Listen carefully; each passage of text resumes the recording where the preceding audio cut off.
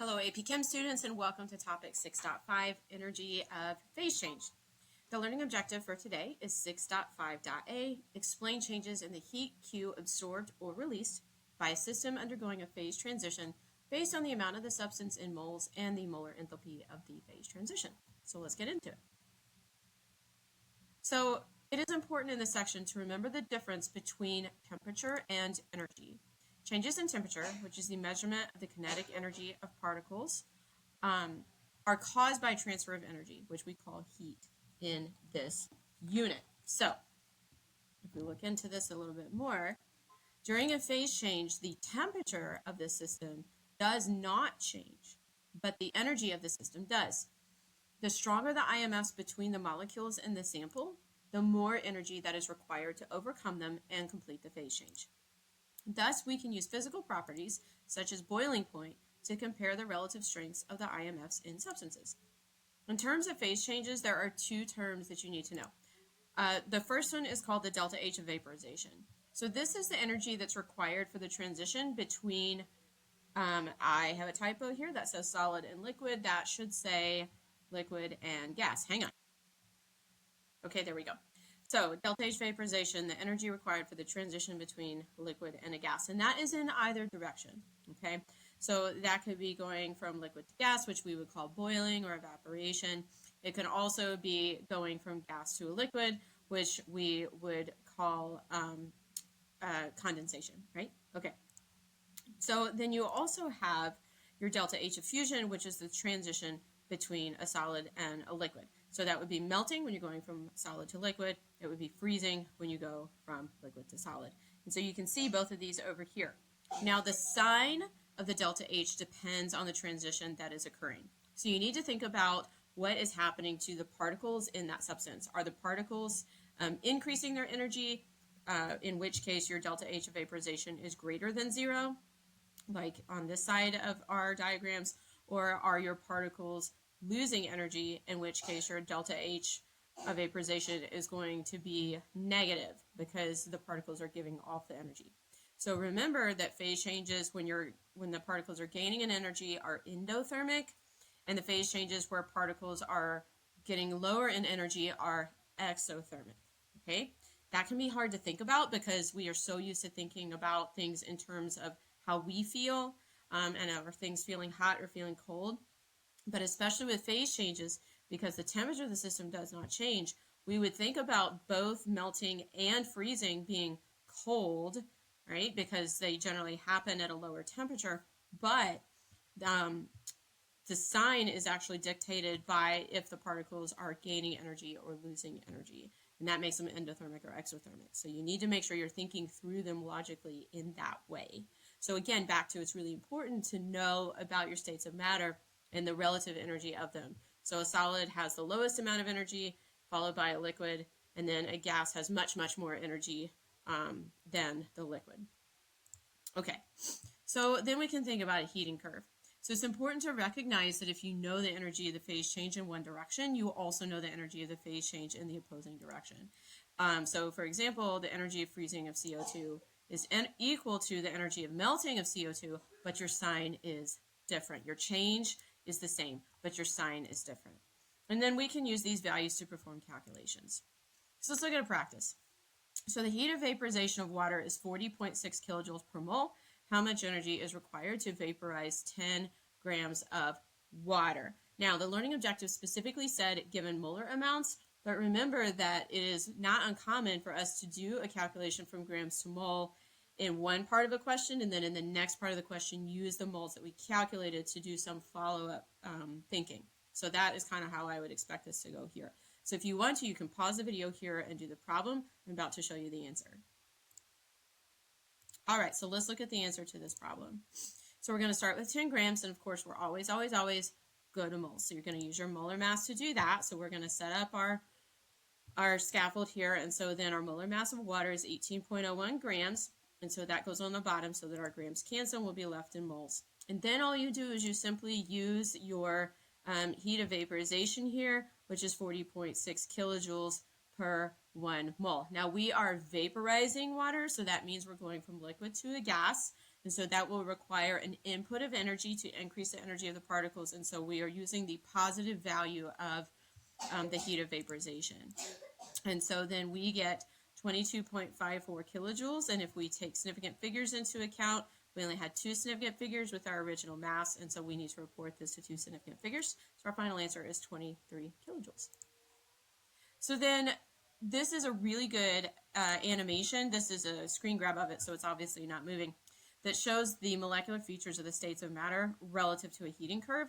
And so the particle diagrams here are outstanding. So here's a QR code if you want to watch this video on your own device so that you can get to see this in motion. It's really quite well done. So then we can talk about, so this was a heating curve, and you can see that a heating curve, of course, your energy and your temperature increase over time. With a cooling curve, you would have the opposite. So let's look at this in a little more depth. So the opposite of heating curve is a cooling curve. So things to notice on either a heating or cooling curve are the following. During phase changes, all the energy goes towards the change itself, so changing the energy of the motion of the particles. And so your temperature, your change in temperature is going to be equal to 0. So your temperature is constant until the phase change is complete. And that's how ice keeps your drink cold. As long as the energy of the system is going into melting the ice, your drink is going to stay at that same temperature. The length of the level portions shows the relative value of your delta H of vaporization or your delta H of fusion. So this, steam condensing, that would be a larger delta H than of water freezing, for example.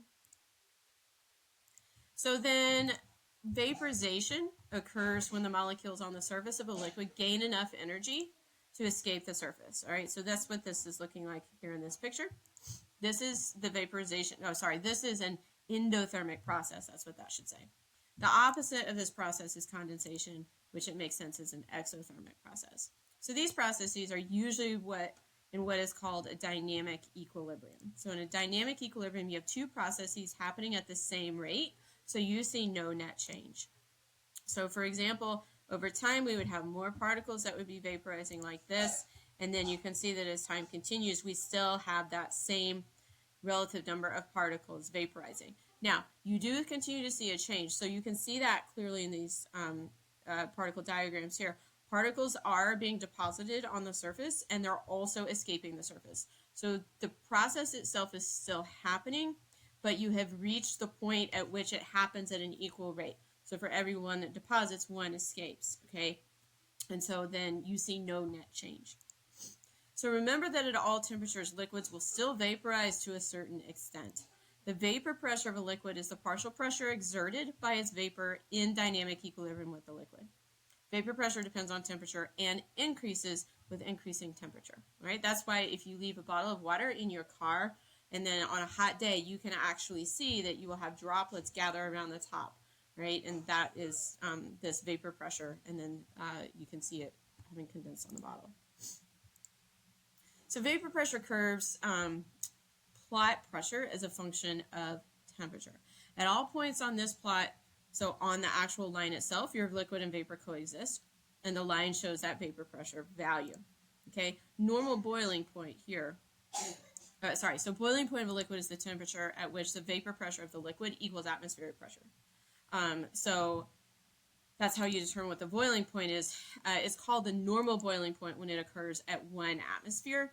That's our standard pressure, if you remember, and that's what most of us feel most of the time. Now, if you live in the mountains, then your atmospheric pressure will be lower than that, and that then is what accounts for longer cook times that's required when you're at a higher atmosphere. You might sometimes see that noted on the side of cake mixes and things of that nature. So realize that as pressure decreases, the boiling point decreases, and that's why water boils at a lower temperature at lower altitudes, like I was just mentioning. So phase diagrams themselves are excluded from the AP chemistry exam, so you do not need to know features of phase diagrams. However, this video is really good at showing some more particle diagrams of those phase changes. So while you don't need to understand the phase diagram itself, which is just another way of graphically representing phase changes and different states of matter at different temperatures and pressures, the particle diagrams themselves might be a useful visualization, especially if you're struggling to understand the phase changes at that boundary. Okay, so what should I be able to do with this? You should be able to differentiate between energy changes in a system resulting from heating or cooling, or phase transitions in a pure substance. You should be able to calculate the heat of a phase change when given data for temperature, mass, and enthalpy of a phase change. And that's the end of this topic. So I just wanted to add on one more thing, which is that if we go back here to a heating curve, now you have all of the tools to do, or a cooling curve. Now you have all the tools to do any calculation on this curve. So we would use Q equals MCAT in the slanted portions of these heating or cooling curves, and you would use the heat of vaporization or the heat of fusion for the flat parts. And then you can combine those together. So if you're asked to calculate the energy required to, whatever, take an ice cube that's originally at negative 10 degrees Celsius and fully melt it, and then all the way to 10 degrees, so from negative 10 to 10, you can do that in segments. So you do a Q equals MCAT to take it from negative 10 to 0. You would do a delta H of fusion to fully melt it, and then you would do another Q equals MCAT to take it from 0 to 10, and then you would sum those energy amounts. So you kind of combine topic 6.4, which was calorimetry, with topic 6.5, which is what we're doing right now, which is energy of phase changes. And doing those combinations and summing those energy amounts allows you to calculate the energy for heating a material that also goes through a phase change during that process. So there you go. That's it. And I will see you soon for topic 6.6 when we'll start to talk about enthalpy.